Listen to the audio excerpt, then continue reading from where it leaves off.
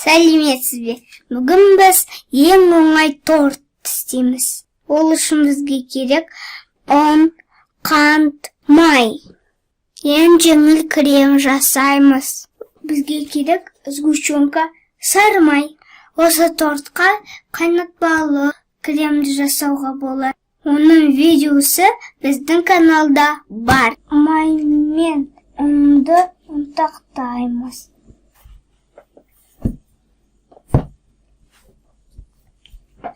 Стакан қант салдық. Енді қолмен араластырамыз. Жетпесе тағы да ұн қосыңдар. Осындай крошка шықты. Енді табаға қураймыз.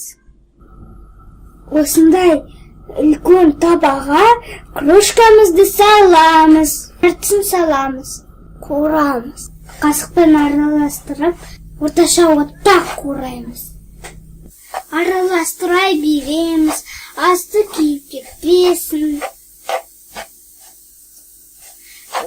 Осы торт өте оңай пісіріп көріңіз.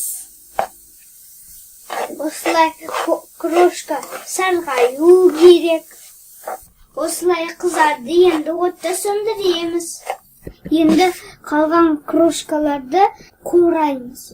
Крем үшін миксермен майды араластырамыз. Сгущенканы майға құйып араластырамыз. Осындай крем шықты, өте жеңіл. Енді крошкамызды ыдысымызға саламыз. Кремді осылай жағамыз. Үстінен крошка саламыз. Үстінен крем жағамыз.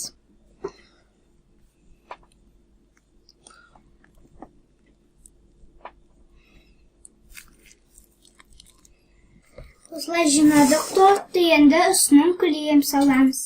Торттан форманы шығару үшін сақпен осылай үтеміз жақ-жағымен. Осындай тортымыз пісті, енді оны кесіп дәмін көреміз. Лайк қоюға ұмытпаңыздар, менің каналыма жазылыңыздар.